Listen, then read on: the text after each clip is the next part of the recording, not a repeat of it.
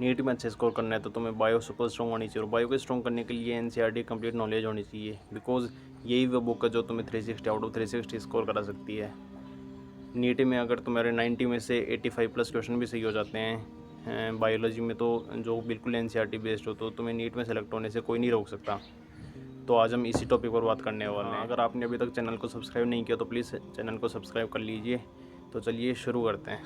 3, 2, 1। Hey guys, welcome back to my YouTube channel, myself Kartik Singh.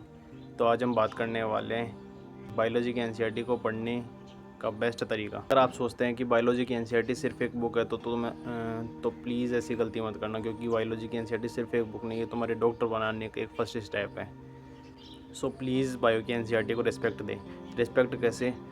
तुम्हें पता है कि बायोलॉजी की एनसीईआरटी नीट का लगभग 50% पोर्शन कवर करता है, तो इसकी एक एक लाइन को और इसके पर चैप्टर को बायोलॉजी की एनसीईआरटी से कई बार पढ़ें। बायो की एनसीईआरटी को तुम बिल्कुल हल्के में ना लो और इसे किसी कॉमिक बुक्स की तरह ना पढ़ो। इसकी ईच एंड एवरी लाइन को बिल्कुल बहुत बारीकी से पढ़ो। सो मैं तुम्हें बताने वाला हूँ कि बायो की एनसीईआरटी को अच्छे से कैसे पढ़ा जाता है। मैं तो तुम्हें बताता हूँ, बट इससे पहले तुम मुझे बताओ कि तुम बायो की एनसीईआरटी कैसे पढ़ते हो, सेम थिंग या कुछ डिफरेंट। सबसे पहले तो मैं नीट प्रिपरेशन करने वाले स्टूडेंट्स को 2 कैटेगरी में डिवाइड करता हूँ, फर्स्ट ऑफलाइन और ऑनलाइन।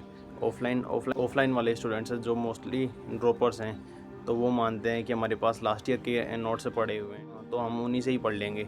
तो प्लीज़ आप ऐसा मत करिए।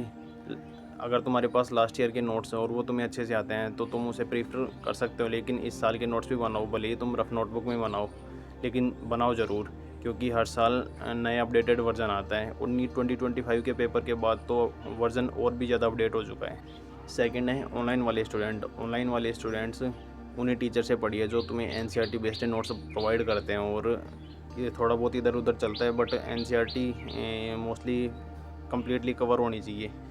और अगर कोई स्टूडेंट जिन्होंने कोई बैच लिया हुआ है तो उनके टीचर्स का तुम्हें समझ में नहीं आता, तो प्लीज़ तुम एक बार यूट्यूब पर भी चेकआउट कर सकते हो, बिकॉज़ यूट्यूब पर बहुत अच्छे अच्छे टीचर्स भी अपने कंटेंट को डाल रखे हैं। इनफैक्ट मैंने भी यूट्यूब पर ही काफ़ी लेक्चर्स लिए थे, जिससे मेरे बायोलॉजी के कई कॉन्सेप्ट और कई चैप्टर से क्लियर हुए। एनसीईआरटी पढ़ने का बेस्ट वे या राइट वे, सबसे पहले क्लास नोट्स, देन उनका रिवीजन एंड देन फिर एनसीईआरटी। कुछ स्टूडेंट सोचते हैं कि एनसीईआरटी और फिर नोट्स, या फिर कुछ स्टूडेंट तो नोट्स बनाते ही नहीं हैं, वो सोचते हैं कि ऐसा काम चले जाएगा, ऐसा इससे काम चल जाएगा, बट ऐसा बिल्कुल नहीं है। जब तुम क्लास नोट्स अच्छे से बनाओगे सुंदर, और फिर उनका रिवीजन अच्छे से करोगे, और फिर जब तुम एनसीईआरटी पढ़ोगे तो तुम देखना कि एनसीईआरटी तुम्हारी चुटकियों में ही लर्न, और तुम्हें लगेगा कि एनसीईआरटी की एक एक लाइन अच्छे से आ गई है, तो तुम्हें इससे कॉन्फिडेंस भी आएगा।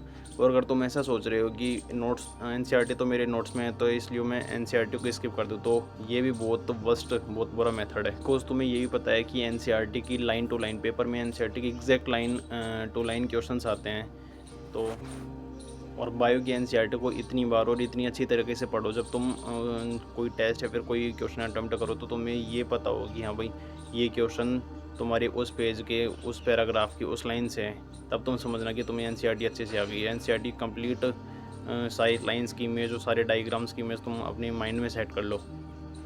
जब तुम पहली बार पढ़ो तो तुम्हें नोट्स प्लस एनसीईआरटी पर ही विशेष ध्यान देना है, और जब तुम सेकंड टाइम पढ़ो तो तुम्हें टीचर लाइक बिहेव करना है तुम्हें, कि जैसे कोई पैराग्राफ पढ़ लिया, फिर उस पैराग्राफ में थोड़ी देर रुको और फिर देखो कि इस पैराग्राफ से कैसे कैसे क्या क्वेश्चन बन सकते हैं, कि इस लाइन से ये क्वेश्चन भी आ सकता है। इससे तुम्हारी असर्शन रीजन वाली प्रॉब्लम भी सॉल्व हो जाएगी और तुम्हारे असर्शन रीजन गलत होने का चांस बहुत कम हो जाएगा। और फिर जब तुम कई बार एनसीईआरटी प्लस नोट्स को पढ़ लोगे, तब तुम उठाओगे एनसीईआरटी बेस्ड क्वेश्चन। तुम्हें एनसीईआरटी की हर लाइन पढ़नी है, हर पेज पढ़ने हैं। और जैसे कि नीट 2025 में क्वेश्चन आया था रिडक्शन बायोलॉजिस्ट वाला, वैसे वो मेरा तो सही हुआ था, बट कई लोगों को गलत हुआ था, कई लोग इसे आउट ऑफ एनसीईआरटी बता रहे थे। जो लोग एनसीईआरटी की हर पेज को, हर लाइन को अच्छे से पढ़ोगे, उनको पता होगा कि ये क्वेश्चन कहाँ से आया था। वैसे क्या आपको पता है कि ये क्वेश्चन कहाँ से आया था? अगर आपको पता हो तो प्लीज़ कमेंट कीजिए, जिससे तुम्हारे प्रिपरेशन का अंदाज़ा लगा सकें। That is the method to read NCERT best way. कुछ स्टूडेंट मुझसे पूछते हैं कि भैया मुझे एनिमल किंगडम और मॉर्फोलॉजी जैसे चैप्टर के एग्जाम्पल्स मेरे को याद नहीं होते। तो इनको याद करने का एक बेस्ट तरीका है कि तुम यूट्यूब पर काफ़ी सारी वीडियोस पड़ी हुई हैं जिनमें मॉर्फो और एनिमल किंगडम के जो एग्जांपल्स हैं उनके न्यूमोनिक्स और ट्रिक्स पढ़े हुए हैं। तो मैंने भी उन न्यूमोनिक्स और ट्रिक्स को याद किया था, मैंने न्यूमोनिक्स को इतनी बार याद कर लिया था कि वो मुझे अभी तक भी याद है। उन चैप्टर्स के एग्जांपल्स मेरे को अभी तक भी याद हैं। और अगर आप चाहोगे तो मैं एनिमल किंगडम मॉर्फोलॉजी के चैप्टर्स के एग्जांपल मैं तुम्हें के न्यूमोनिक्स मैं तुम्हें बता दूंगा। और हाँ, अब तुम्हें बिल्कुल 100% एनसीईआरटी पर स्टक नहीं रहना है, तुम्हें थोड़ा बहुत एनसीईआरटी बियॉन्ड जाना पड़ेगा आफ्टर नीट 2025 एग्ज़ाम। तो अब तुम बताइए कि तुम बायोलॉजी की एनसीईआरटी को किस तरह से पढ़ा करते थे और ये वाला मेथड तुम्हें कितना हेल्पफुल होगा। मैं दावा करता हूँ कि अगर तुम ये वाला ट्रिक या फिर ये वाला मेथड फॉलो करते हो तो और अच्छे से अप्लाई करते हो तो तुम्हारे 330 प्लस आउट ऑफ 360 ज़रूर स्कोर होंगे। और प्लीज़ आप लोग एनसीईआरटी की हर लाइन को या आरपीएस को बिल्कुल बहुत ज़्यादा रंग करिए, फिर बहुत ज़्यादा हाईलाइट करके उसे गंदा मत करिए। एनसीईआरटी की जो साइड में जो स्पेस दे रखा है ना, उसका अच्छे से यूटिलाइज़ कीजिए। यदि कोई क्वेश्चन अटैम्प्ट करते टाइम या फिर किसी टेस्ट देते टाइम अगर कोई क्वेश्चन तुम्हें आउट ऑफ एनसीईआरटी लगे और वो इंपॉर्टेंट हो तो तुम उसे बायो की एनसीईआरटी की जो साइड वाली स्पेस में वहीं कवर कर दीजिए। और आगे वाला टेस्ट देने से पहले उसी चैप्टर के प्रीवियस टेस्ट कंप्लीट कीजिए, मोस्टली जो रॉन्ग क्वेश्चंस हुए थे।